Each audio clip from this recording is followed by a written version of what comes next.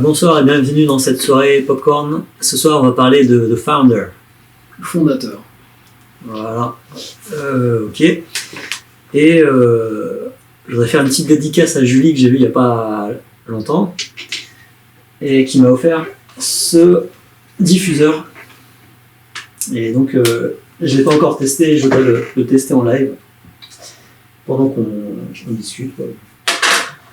Bah alors, tant qu'on est parti en dédicace, Julie, j'ai lu le premier chapitre de ton bouquin, donc ça va prendre du temps, mais petit à petit, je vais sans trop de bonnes mains. Voilà. Voilà, tu auras une critique bientôt. Alors. Oula, attention. Non, on pourra en discuter dans le courant de l'année si tu veux. Ouais, t'es parti carrément en mode diffuseur et tout ça, quoi. Ouais, je vais tester, j'ai jamais testé. Donc le fondateur alors, The Founder. C'est un film que j'ai trouvé génial. J'ai adoré le voir. On n'en avait pas déjà parlé dans une des critiques d'avant, justement, sur les films, ou alors c'était juste entre nous. Le côté, des films qui galvanisent parce qu'ils te racontent le parcours d'un créatif ou d'un homme, qui part de rien et qui... Le même principe que la méthode Williams. Que j'ai pas vu, mais toi t'as bien aimé, je crois. Ouais, King Richard en anglais. Okay. Qui se prend un gros coup de diffuseur dans la tronche.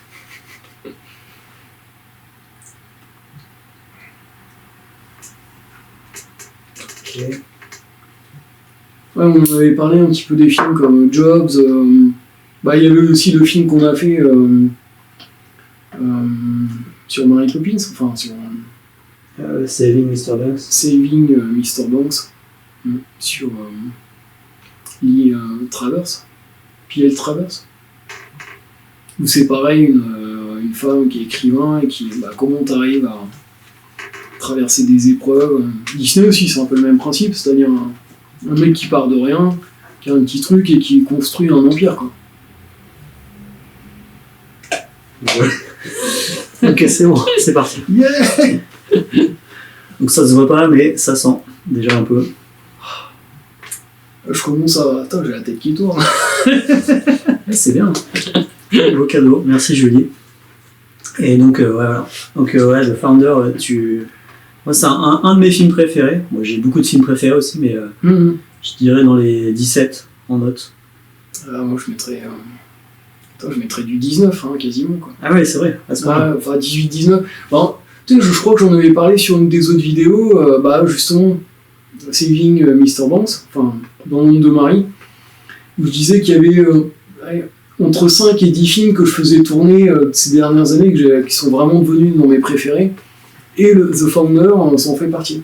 D'accord. Donc des films, je sais pas combien j'ai vu de fois, sûrement 10-15 fois déjà. Déjà, ah oui, oula. Ouais. C'est vrai qu'il est Je génial. crois que je l'ai même pas vu au cinéma à l'époque, mais il y a quelqu'un qui me l'a recommandé. Et du coup, je l'ai chopé en DVD. Ouais.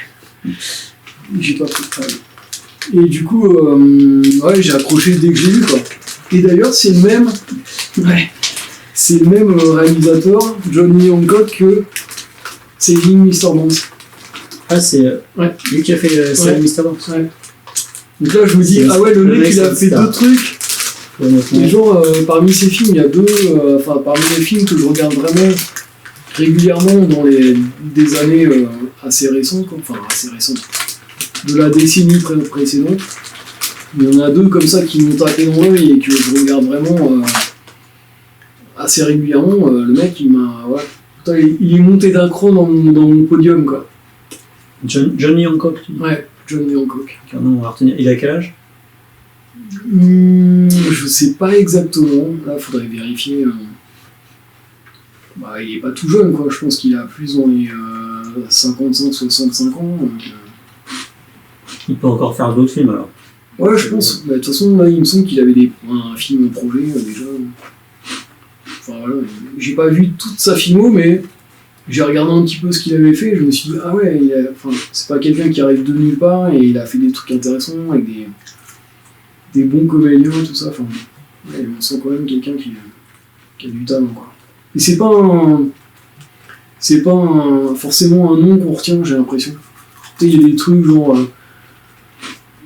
Zach, comment il s'appelle, Zack Snyder, il y a des réalisateurs comme ça dont on entend beaucoup parler, Spielberg, peut-être pas toi, mais Spielberg, oui, voilà. Mais... il y a des gens genre Lucas, il y a des gens qu'on connaît.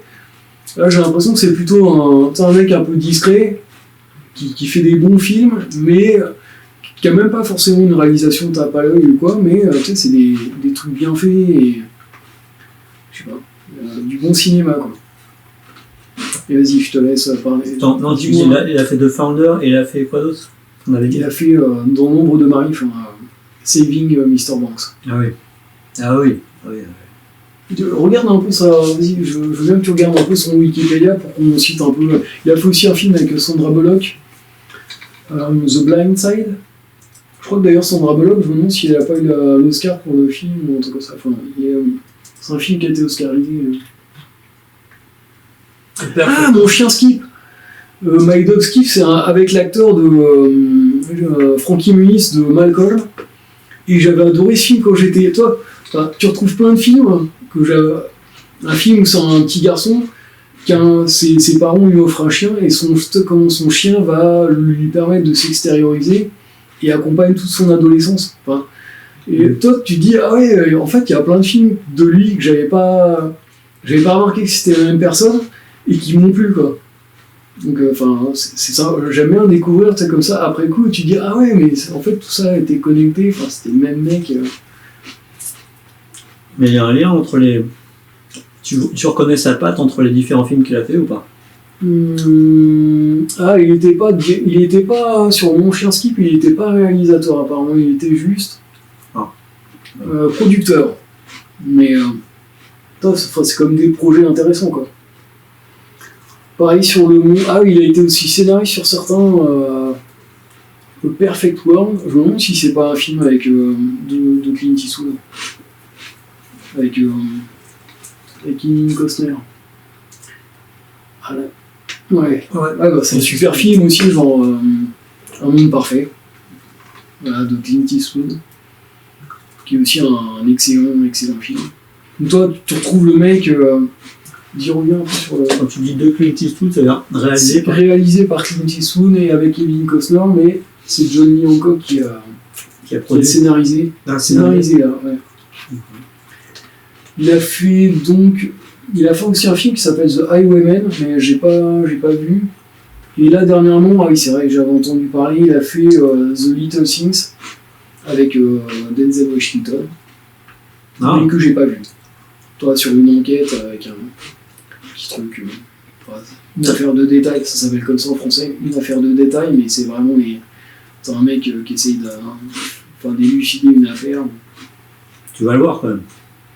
Bah, c'est sûr, ça me donne vachement envie, toi, d'aller un peu plus loin et voir un peu plus d'autres films que de lui. En tout cas, voilà. C'est un nom maintenant que j'ai intégré dans ma tête. Et Johnny Hancock. Okay. Ouais. L'histoire de McDonald's, déjà rien que le sujet, c'est génial, quoi. La création de McDonald's, nous qui sommes allés au McDonald's je sais pas combien de fois, pendant notre jeunesse, et même encore maintenant, c'est un des trucs les plus énormes qu'il y a, McDonald's, quoi. Junk Food Forever. Et du coup, comment ça a été créé, le sujet est super d'entrée de jeu, quoi. Je veux pas dire, mais c'est du pain béni pour un réalisateur. Ouais, oui, et pourquoi si personne tu le fais bien, parce que faut le faire bien, quoi. Faut le faire bien, ouais. Tu peux complètement te rater. Mais là, il a assumé le niveau, il est au même niveau que l'entreprise. Tu veux pitcher un peu tu te rappelles de l'histoire et tout ça? Vite fait, mais à mon avis, je pourrais moins la dire dans les détails que toi, quoi. Donc, je préfère autant que tu lances, quoi. Tu résumes mieux que moi. Pourtant, j'essaie de tendre le micro et tout ça. Oui, ça va. Du coup, le fondateur, ça suit l'histoire de... Je me rappelle plus exactement le nom du héros, mais... Ray Koch, non, c'est ça? Ah, je sais plus. Je crois que c'est ça. le mec, il vend des mixeurs à travers tout le pays, enfin il démarque, toi il va à chaque fois avec son produit, sa bagnole. C'est mixeur de milkshake ou mixeur Je crois que c'est ça, ouais. C'est une sorte de machine en tout cas.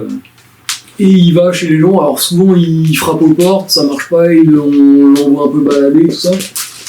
Et de temps en temps il en vend. En gros, il a son business de vente, il démarche quoi. C'est un commercial. Et un jour il est sur la route et on le voit aller dans un restaurant. Et au début, tu sais, il comprend pas trop, il passe sa commande, genre un burger, et les mecs ils lui disent non, mais quand je m'assieds où pour manger, tout ça. Et lui tourne un truc, tu sais, il comprend pas, genre un sachet, tout ça, il y a que un truc enveloppé dans du papier. Il dit non, bah allez dans le parking, vous vous asseyez, vous mangez, et voilà quoi. Enfin, il comprend pas trop le principe au début. Et il voit là-bas que ça attire pas mal de monde. Et il commence en dégustant son repas, donc un burger et puis des frites et tout ça, il commence à s'intéresser au sujet. Il va discuter avec les responsables du restaurant. Et c'est comme ça que démarre toute l'affaire. Enfin, tu sais, il voit leur trouvaille en fait, parce qu'il y a quand même un concept derrière, c'est-à-dire tu as des trucs que tu préparés avec tout un système rapide et on optimise au maximum la nourriture, l'espace, tout ça. Pour qu'il y ait le moins de temps possible entre la commande et le moment où la commande est commandée et le moment où elle est servie.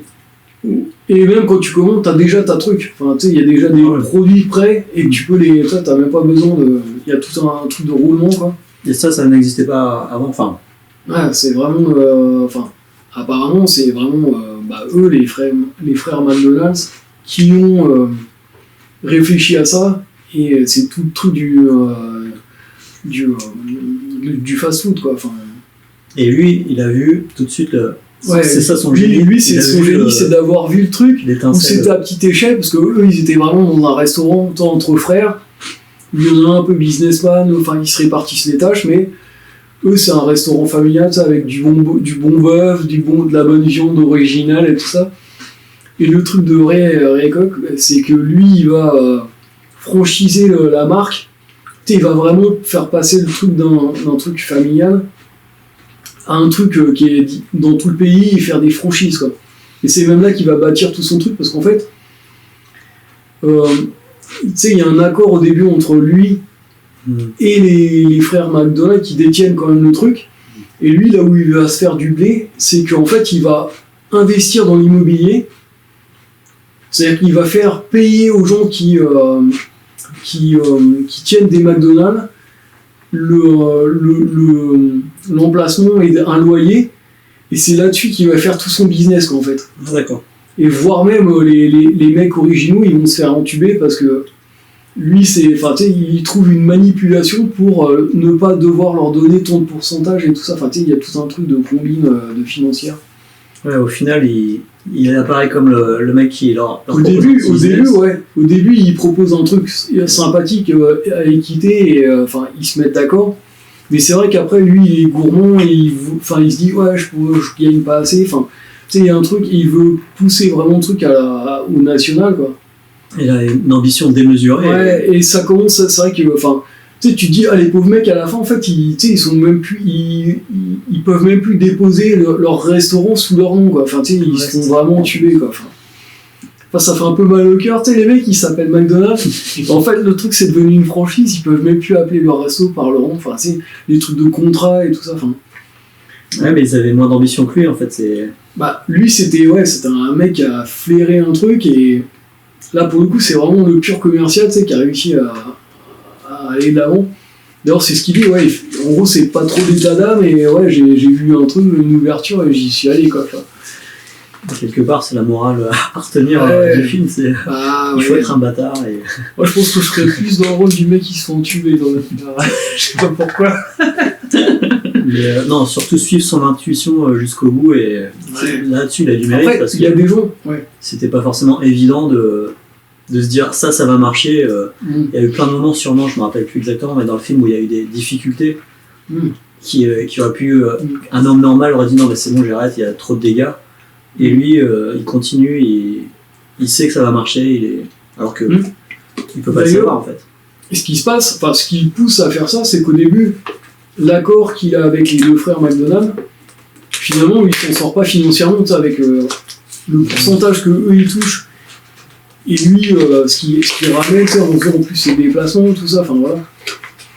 Et l'astuce qu'il va trouver, c'est que l'argent qu'au début il devait gagner sur les ventes de burgers et tout ça, en fait, lui, il va changer complètement le truc, tirer les prix au maximum. En fait, ça, je me rappelle de cette partie. Il investit, enfin, il demande conseil à un avocat et c'est là qu'ils ont l'idée qui est géniale, c'est en gros, on va investir dans l'immobilier, ils achètent des emplacements un peu partout et après, en fait, c'est comme un loyer, quoi. Ouais, les managers, ils gèrent leur truc. Langage des managers. Ils surveillent, enfin, ils sont responsables de leur truc, donc il faut qu'ils fassent bien leur taf. Et eux, ils touchent un pourcentage sur la location d'emplacement, quoi. Et c'est là tout le. Enfin, ouais, là, ça. Moi, je suis pas trop versé business et tout ça, mais là, tu peux dire que le mec, enfin, si le but, c'est qui marche. Trouver un truc où t'arrives à te faire de la thune, ouais, enfin, c'était malin, quoi. Ouais, parce qu'il laisse travailler les autres. Il faut admirer ça, quoi. Il les laisse se responsabiliser, parce que quand t'es manager de ton restaurant, donc t'as un prestige, donc t'es content de le faire. Ouais, au début, d'ailleurs, il y a un peu des problèmes, c'est genre, ah ouais, il va, au début, il sillonne les routes, il va voir un peu comment ça se passe. Et les gens, bah justement, puisqu'ils sont pas responsables au début, ils sont pas responsables de leur truc, donc au niveau de l'hygiène, ça part un peu en cacahuète. Au niveau des éditeurs, au début, il y a un système qui est mis en place. Les gens, au bout d'un moment, semaine après semaine, ça commence à devenir un peu n'importe quoi. Ils vendent des produits qui sont pas censés vendre. Enfin, ça change de la formule. Alors qu'à partir du moment où ils leur mettent la responsabilité sur eux, en gros, les mecs, c'est comme s'ils étaient co-investisseurs. Enfin, ben, le sont, en fait. Ouais, en gros, c'est eux qui ils sont responsables de leur truc. Et donc, forcément, quand tu es responsable, a priori, tu fais bien le truc, parce que sinon, c'est toi qui payes les pots cassés, quoi. Il y a quand même des normes qui l'installent, parce que tous les McDonald's... En fait, il y a une feuille de route, quoi, en fait. Ouais. Un fonctionnement minimum de base, mais après, ils ont leur liberté. Ouais, les produits que tu vends, l'organisation, dans la fabrication des trucs, enfin...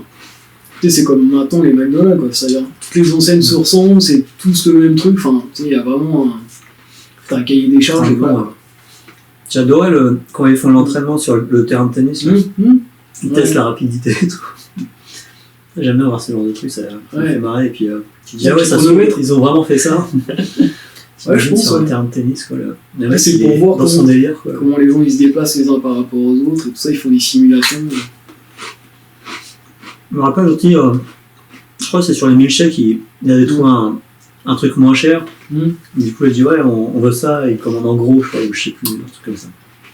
C'est là où je disais que, au début, les frères McDonald, ils veulent vraiment garder le côté restaurant familial.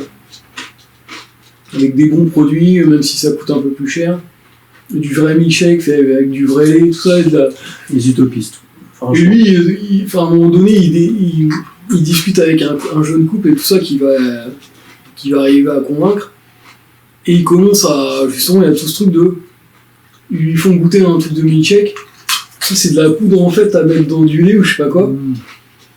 Il touille le truc et genre, il y a différents parfums. Et lui, il goûte, il fait « Ah ouais, mais il n'y a aucune différence. » Sauf que la différence, c'est... tu le conserves plus longtemps, c'est moins cher. Enfin... Ah ouais, il fait trop bien. Donc... Tu sais, peu à peu...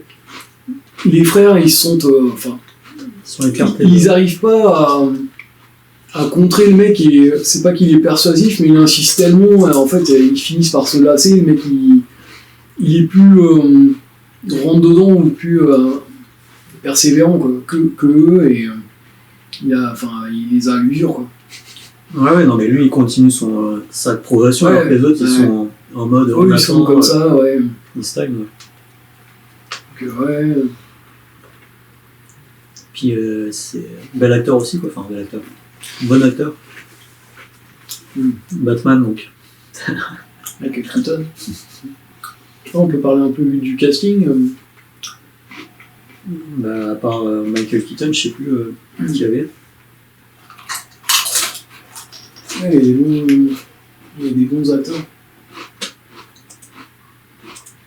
Film de 2016. Michael Keaton, ce qu'on peut dire de Michael Keaton, c'est que il avait eu une période un peu creuse dans les années peut-être 2000. On voyait dans quelques films, mais il était un peu moins en vue. Il avait fait Bird.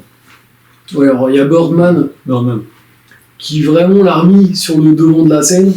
Film très original d'ailleurs. Toujours en plan séquence, ouais, tu as vu? Ouais, on pourra en parler un autre jour si tu veux. Et ouais. Et c'est vrai que ce film l'avait vraiment remis en tête, enfin, comme un acteur vraiment vu, et il a fait The Founder quasiment derrière, quoi. Ouais. Bah, avec Birdman, je pense qu'il a eu beaucoup plus de propositions intéressantes, et dont celui-là, quoi. Après, il est redevenu un acteur à la mode. Alors, à une époque, c'était un peu moins le cas, quoi. Après, les autres acteurs, ouais, il y a Laura Dern qui joue sa femme. Laura Dern, elle avait joué dans Jurassic Park. Qui jouait la paléontologue et tout ça. Okay. Il y a Patrick Wilson, c'est un acteur que j'aime bien, je l'avais vu dans Hard Candy et qui ça? Watchmen, Patrick Wilson.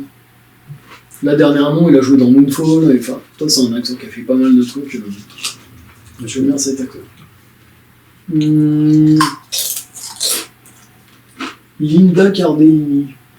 Je crois que c'est elle qui joue sa nouvelle femme et tout ça. Joan Smith.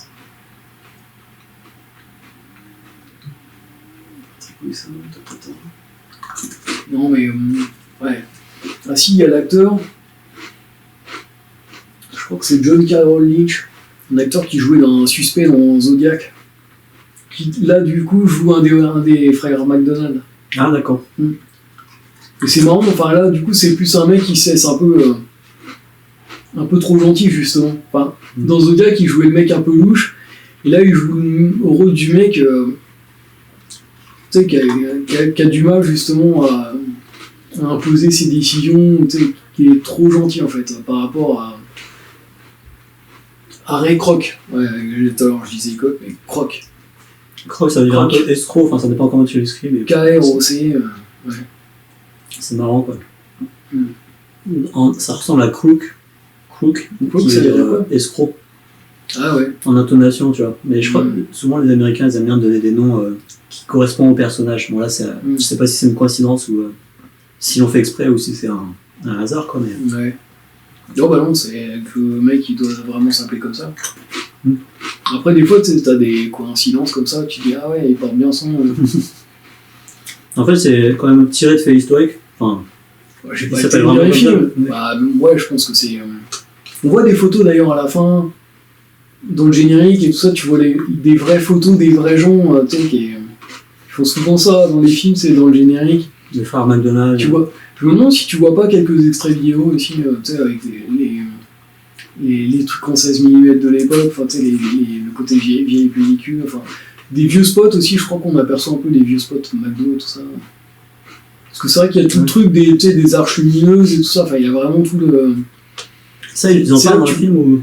Ouais. Comment ils trouvent le logo ou...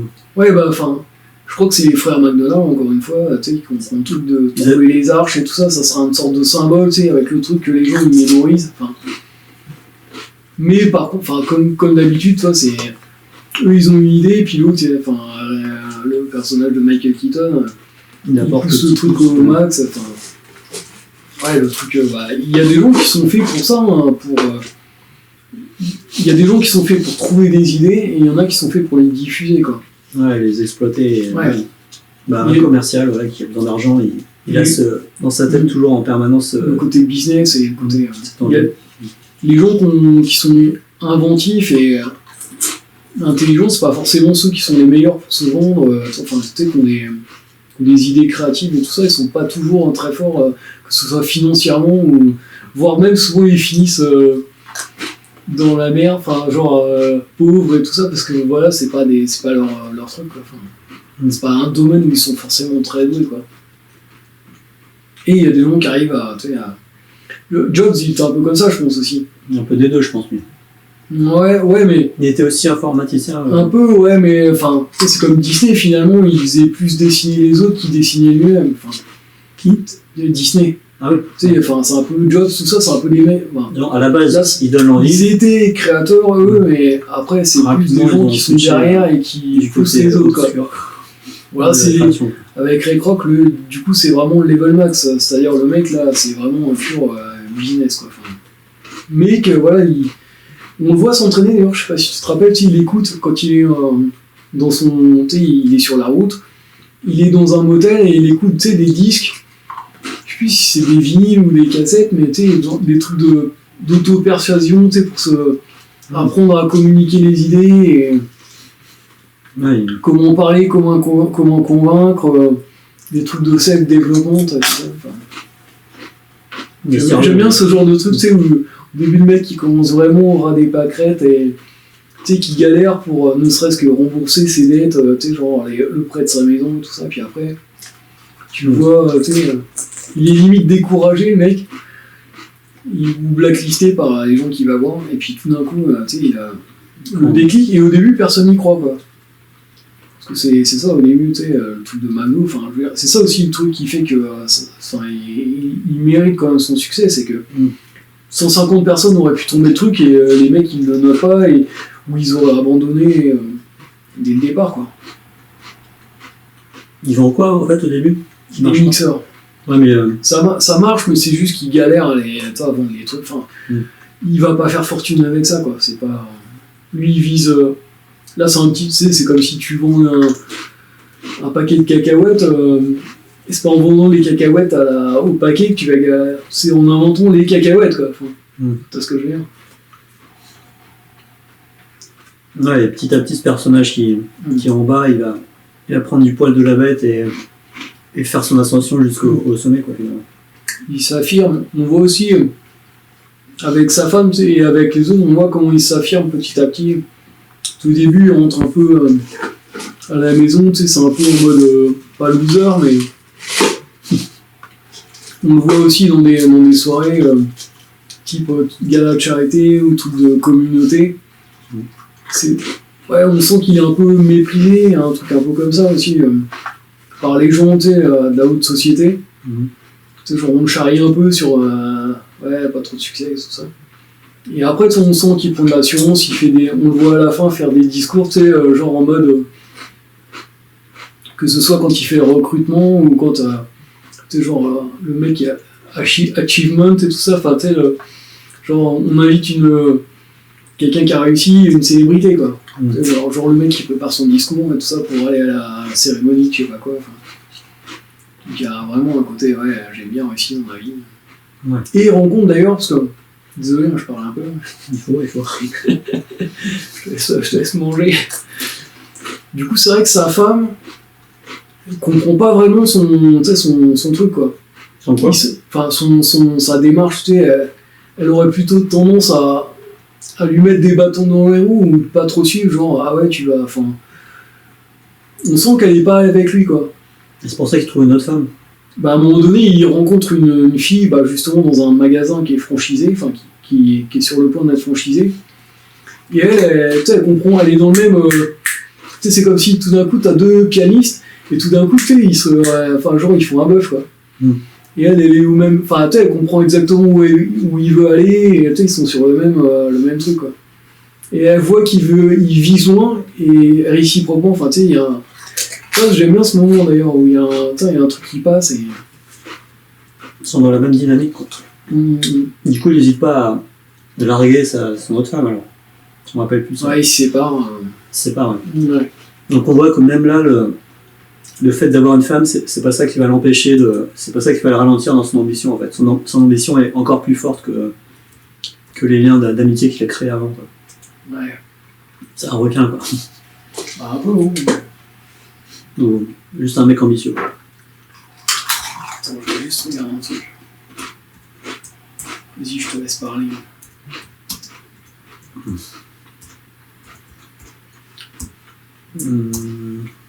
Là, je me rappelle plus trop. Hein. Je sais que j'avais bien aimé, et puis quelques moments comme ça. Ah bah d'ailleurs, le mec là, c'est pas un des mecs qui joue un des pianistes dans le truc de Mary Poppins? Peut-être. Ah, le mec à droite, là. Ouais. Novak. Un des paroliers. Là. Ouais, je crois. Ouais, c'est pareil. C'est une bonne tête. Je crois que c'est elle qui joue le rôle de, justement, de la nouvelle épouse dans The Founder. Linda Cardellini. Il me semble qu'elle était blonde. Founder, comme ça. Tu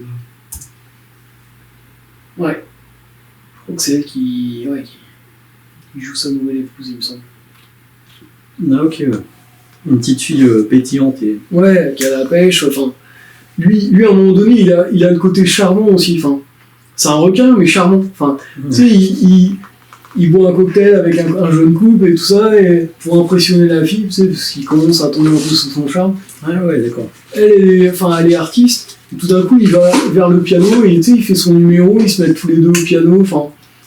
Et genre... le mari, moi je serais le mari, déjà je me dis, oh putain merde, ça sent l'embrouille déjà.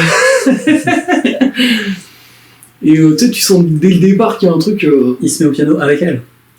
Je sais plus si il y en a un qui est au piano, l'autre qui chante, ou s'ils sont tous les deux au piano, mais tu sais, tu sens un truc qui est... tu sais, il y a un truc qui passe, quoi. Et d'ailleurs, c'est vachement plaisant. Enfin, tu sais, en tant que spectateur, tu t'es charmé par le truc, enfin, tu te dis...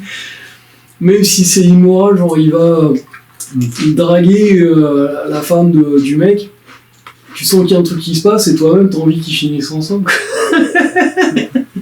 Donc, t'as envie que le mec, juste avec son aura de succès, il arrive à... Ouais, puis enfin, peut-être tu sens qu'il y a un truc qui passe... Enfin là pour le coup, tu sens qu'il y a un vrai truc honnête qui se passe. Entre le mec et la... Tu sais, tu sens qu'il y a un truc sincère entre les deux, quoi. C'est pas juste un truc... genre, je vais draguer la femme d'un mec, c'est juste une passade. Tu sais, tu sens qu'il y a un vrai truc sincère, quoi. Ouais. Après, on les voit discuter, tu sais, le soir, lui, il fait toujours ses démarches. Il vient la voir, tu sais, au magasin, au McDonald's qu'ils tiennent. Tu sais, il vient prendre de ses nouvelles, enfin, il lui téléphone le soir, enfin... Ouais. Et on sent qu'ils ont des conversations, tu sais, genre, ah oui, on se comprend, on est sur le même... Donc après, tu sais, tu peux... Ouais, c'est comme ça, des fois aussi, il y a des gens, que ce soit des partenaires dans le personnel ou dans le boulot, des fois, ça, tu sais, tu vas sur la même voie, et des fois, il y a des gens, tu te sépares parce que, je sais pas, t'es pas sur la même longueur d'onde, enfin... Ouais. Et tu peux pas y faire grand-chose, enfin, des fois, c'est juste comme ça, et ça arrive, c'est inévitable, quoi. Il reste avec elle jusqu'à la fin. Ouais, je crois d'ailleurs qu'ils sont restés mariés. Le film termine là-dessus, tu sais, ils disent, tu sais, il y a des photos avec les vraies personnes, et ils disent, genre, elle est restée mariée avec lui jusqu'à la fin, tout ça, enfin... Genre, et tu sais, tu vois qu'ils sont vraiment restés des dizaines d'années ensemble, quoi. Ils ont eu tant d'enfants, tout ça, enfin... Ouais. Donc c'est d'une... Enfin, tu peux dire, ah ouais, il a été vers une femme qui était déjà en couple et tout ça, mais après tu vois ce qui s'est passé et tu dis, ouais, c'est quand même beau ce qui s'est passé, enfin, c'était pas juste un truc... c'est pas un coureur de jupons. C'est ça, ouais. Donc, ouais. Des fois, il faut juste se dire, ah ouais, c'est comme ça. Mais c'était beau. Ils sont morts maintenant, ces personnes-là Alors, je sais pas exactement. Lui, je pense que oui. Sa femme, je suis pas sûr. Hein. C'est pas évident, quoi. Après, elle doit être quand même assez vieille, hein,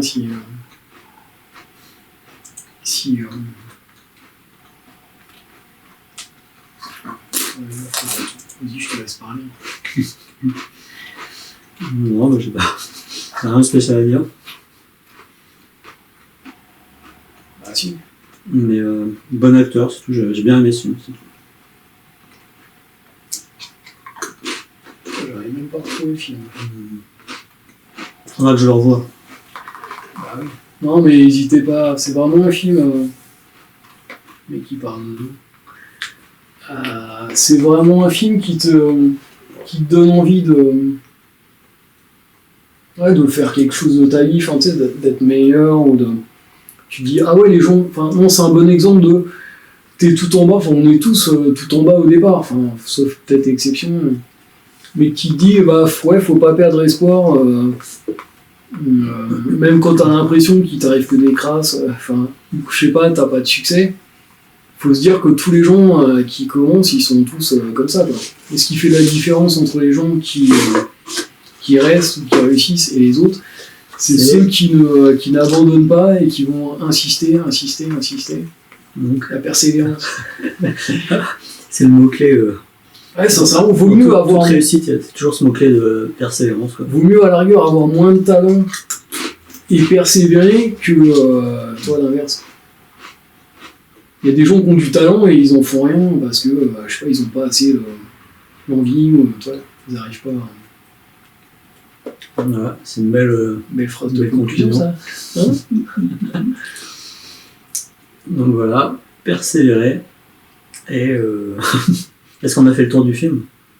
Bon, il y a sûrement d'autres trucs à dire, mais on va s'arrêter là, parce que sinon on va rajouter des trucs sans intérêt. Et... Je te laisse le mot de la fin, alors, du coup. Bah, ouais, comme je disais, manger des Springles, c'est 17-18. Ouais, on a tous les deux adoré ce film-là, donc merci au réalisateur qui s'appelle John Lee Hancock. 5 minutes après, déjà, tu t'en souviens. Ah, mais il y a 3 mots quand même. Ah ouais, et s'il peut continuer à faire des films, on sera très heureux de pouvoir les regarder. Je vais juste dire quel âge il a. 65 ans. Donc toi, je pense qu'il peut faire encore 2 films peut-être. Au moins. Ouais, 2 films, ça serait pas mal. Ouais, moi je suis preneur. Ok. Bon, à la prochaine. À la prochaine.